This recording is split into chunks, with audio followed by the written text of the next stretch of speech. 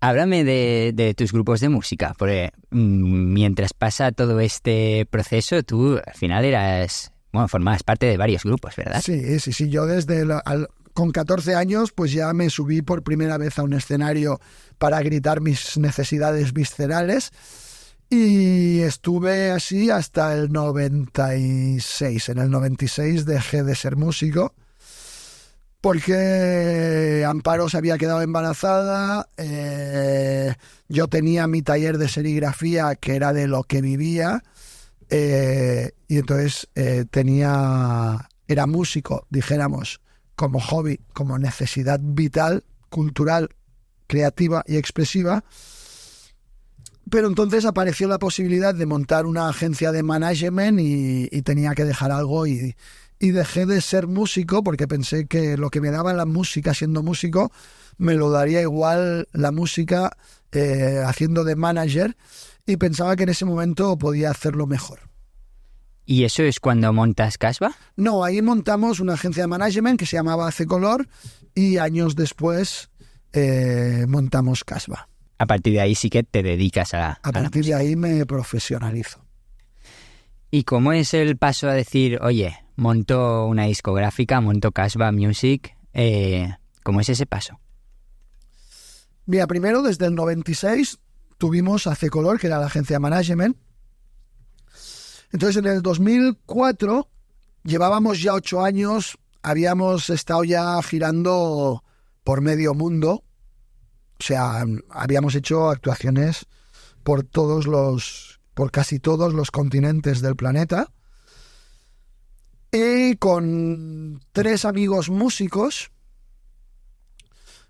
que habían sido miembros de Color Humano ya se habían separado, no existían, pero con 3 de sus miembros decidimos montar una discográfica, porque yo como manager siempre tenía que estar peleándome entre comillas con las discográficas para sacar los discos de los grupos de los cuales yo era el manager, y estos 3 músicos de Color Humano, además de ser músicos, eran técnicos y productores también. Entonces dijimos, oye, vamos a montar algo donde así nosotros podamos sacar lo que nos dé la gana. Si tú grabas a un grupo de amigos tuyos, pues lo sacamos. Yo, los grupos que lo hago de manager, los sacamos. Y entonces, así fue, montamos Casbah Music. ¿Qué significa Casbah? Casbah es el centro neurálgico de las ciudades en el mundo árabe. Es un poco, pues, como el mercado, dijéramos, ¿no? Y el concepto un poco de Casbah Music es el lugar donde todas las músicas se reúnen o donde todas las músicas se encuentran. Claro, en el momento en que decidís montarlo necesitabais dinero, ¿no? Para tirarlo adelante. Sí. Entonces vimos cada uno de nosotros qué podía poner. Como he dicho, éramos 4. Llegamos a una cifra considerable. Creo que cada uno pusimos, no sé si eran 16 o 18.000 euros. Pero aún nos faltaba un poco para los mínimos que habíamos establecido. Y entonces le pedí a un amigo mío que se dedica profesionalmente a la música desde siempre, que yo había conocido en 1993, porque tenía un sello discográfico que se llamaba On The Rocks, y en ese 2004 él tenía una distribuidora de discos. Le dije que teníamos este proyecto, que nos faltaba algo de dinero y que si quería participar. Y dijo que sí, que lo que nos hiciera falta se lo pidiéramos, que lo metía, y así montamos Casbah Music. Y entonces de principio, claro, en AC Color estábamos Amparo y yo currando, entonces montamos Casbah, de manera que uno de nosotros se quedó currando en AC Color, el otro se quedó currando en Casbah, a nivel legal, dijéramos, y luego a nivel real pues nos intercambiábamos los trabajos, o sea, de repente pues yo me iba de gira con no sé quién y Amparo se quedaba aquí a hacer el trabajo de Casbah Music, o ella se iba de gira no sé dónde y yo me quedaba aquí haciendo el trabajo de Casbah Music. Claro, montáis esta discográfica en un momento en que precisamente, ¿no?, las discográficas están un poco en crisis. Total. A finales de los 90 había aparecido el CD, bueno, a mitad de los 90, principios de los 90, aquí llega a mitad, de manera masiva. A mitad de los 90 había aparecido el CD, es decir, hacía unos 10 años. Y el CD lo que había significado para los sellos independientes era una crisis brutal, porque en general las entidades pequeñas, por un lado, sí que pueden tener mayor adaptación a los cambios, pero por otro lado, la dependencia económica es mayor. Y entonces, un cambio de formato radical como fue el del vinilo al CD, unido a la aparición de Internet, la famosa piratería y la realidad que el nuevo mercado digital conllevaba, pues implicó que muchísimos sellos independientes desaparecieran, porque no tenían la capacidad económica de aguante. Entonces, yo había tenido 2 experiencias en sellos discográficos. Por un lado, yo cuando tenía 14 años, en el 82, monté un sello discográfico con mi hermano y sacamos un disco y una cinta de cassette de grupos punkis de aquí de Barcelona. Pero esto, dijéramos, no había sido ni experiencia. Al cabo de unos años sí que mi hermano, con unos amigos, montó un sello discográfico independiente importante en Barcelona que se llamaba Traya Records. Y en ese sello yo llevaba el departamento internacional. Trabajaba un día a la semana, en aquella época en la que no había internet, enviando cartas y faxes a sellos de todo el planeta para vender y comprar discos. Vender discos de los grupos de Traya Records fuera del Estado español y traer discos de grupos de otros países aquí. Entonces, estuve varios años haciendo este trabajo y esto, dijéramos, que me dio cierta experiencia real en el mundo discográfico. Luego, en el 96, cuando con Amparo montamos AC Color, AC Color era una agencia de comunicación y management, es decir, hacíamos management de grupos, pero también hacíamos servicios de comunicación.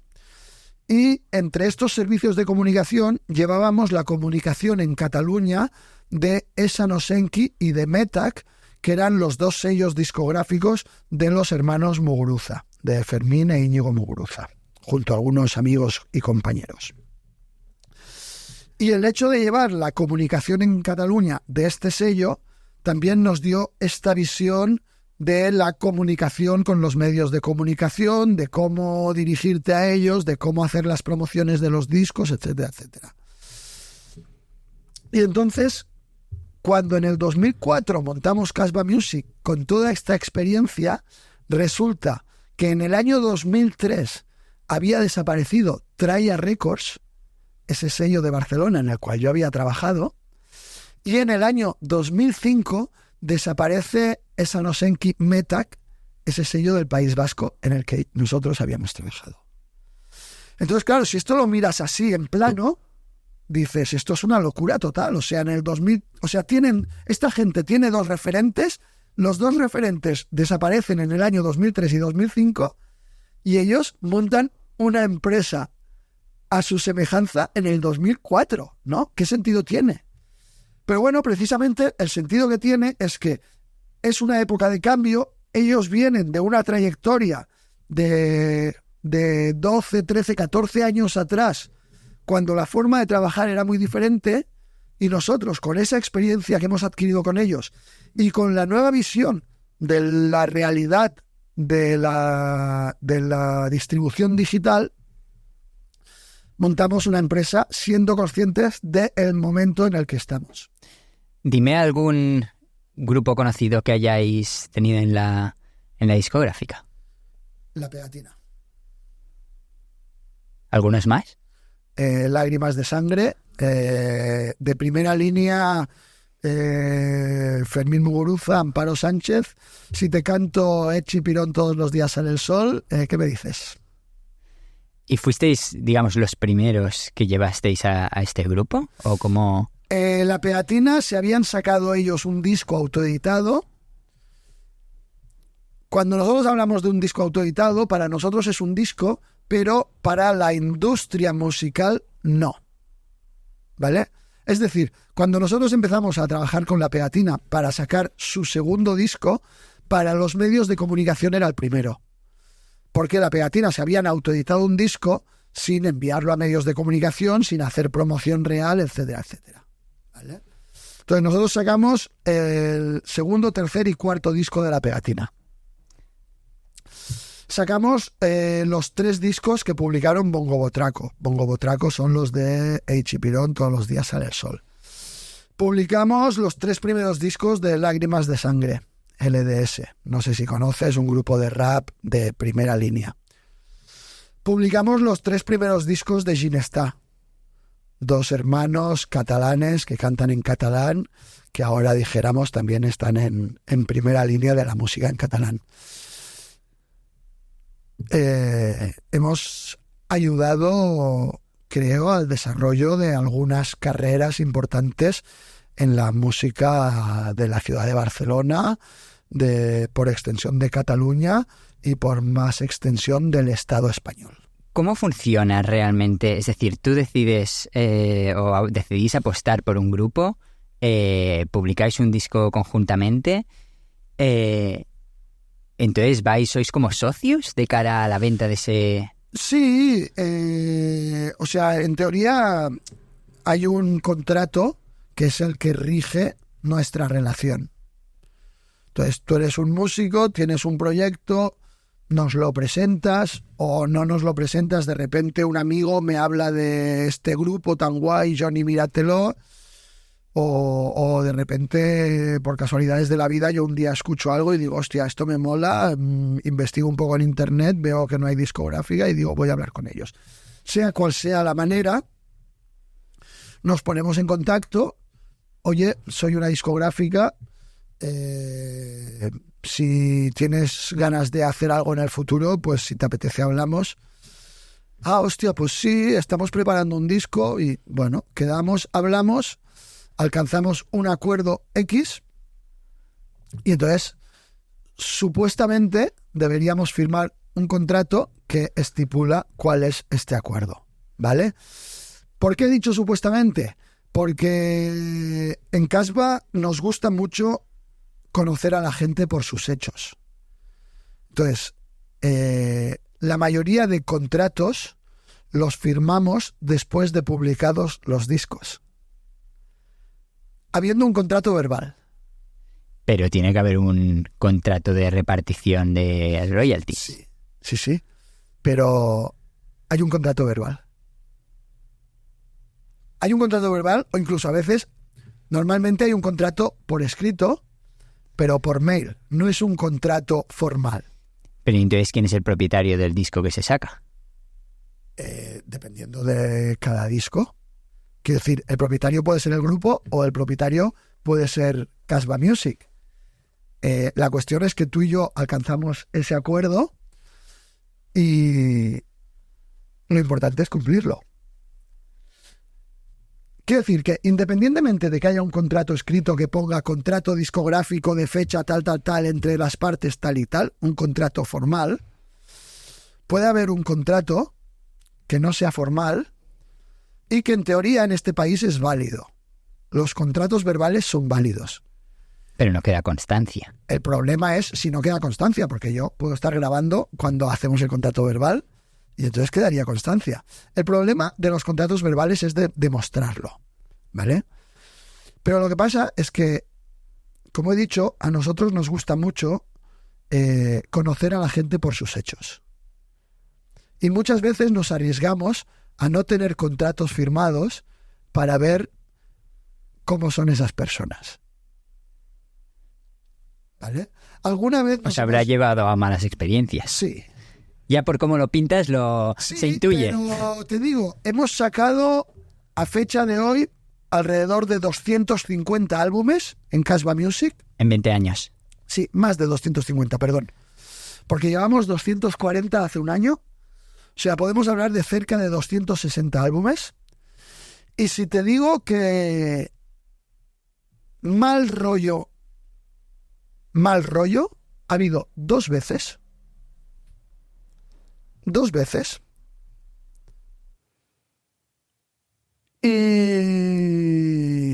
Y algo que no acabó bien, pero que luego más o menos se ha solucionado, otra. Hay peor rollo cuando... De 260 álbumes, hemos tenido 3 veces problemas. ¿Hay peor rollo cuando las cosas van bien o cuando van mal? Porque dicen que el dinero también es un problema. Sí, no, por eso estaba pensando. O sea, en general, y a ver, esto, en Casbah Music hay una cosa muy clara, y es que los contratos son muy garantistas con los músicos, ¿vale? Y esto es porque yo fui músico. ¿Qué quieres decir garantistas? Que los contratos tienen más garantías para los músicos que para Casbah, ¿vale? Y esto es una realidad. Esto es porque yo fui músico, porque fui manager, porque cuando una discográfica intentaba tomarle el pelo a un grupo me molestaba muchísimo, porque yo como manager me consideraba miembro del grupo, me consideraba como un músico, ¿vale? Entonces hay cláusulas que son garantía total para el músico, y en cambio estas cláusulas que sean garantía total para Casbah no existen. Entonces, ¿qué pasa? Que en general los creadores tenemos un ego muy grande. Todos los creadores. Y hemos de aprender a luchar con él, pero sobre todo hemos de luchar constantemente contra nuestro ego. Y cuando eres creador y cedes algo de lo que haces a alguien esperando un rendimiento X y no funciona, el malo siempre es ese alguien. Y esto es indudable. Esto es algo que nosotros tenemos asumidísimo. Lo tenemos muy asumido. Pero nos hemos dado cuenta que a veces un disco no funciona, el grupo tiene las expectativas muy altas y entonces Casbah Music es muy mala porque trabaja muy mal y acaba fatal, o un disco que va como un cañonazo, que funciona súper bien y que de repente el artista se cree que ha subido unos cuantos escalones de golpe y empieza a tener caprichitos. Y entonces en Casbah somos poco de caprichitos, la verdad. En Casbah somos muy mucho de pies a tierra, pico y pala y a trabajar. Claro, vosotros apostáis por grupos y artistas al final que están naciendo, que son pequeños, ¿no? En general. En general. Claro que cuando estos crezcan, se vayan, digamos, reciban ofertas de discográficas y os las... Nos parece magnífico. Pero claro, entonces vosotros siempre os quedáis, digamos, con la parte del pastel que tiene más riesgo y que es más pequeña, ¿no? Sí, pero es más divertida, es lo que nos gusta hacer, es lo que necesitamos. O sea, para esto no tengo explicación. Lo que tengo claro es que, mira, algunos de los grupos que se han ido de Casbah con cierto éxito, se han ido a Warner, ¿vale? ¿Tú crees que yo me gustaría ser directivo de Warner? Para comerme esos laureles cuando el niñato ese de Casbah ya ha hecho triunfar a la pegatina. Ahora yo, que soy Warner, me llevo a la pegatina. ¿Tú crees que yo me veo así.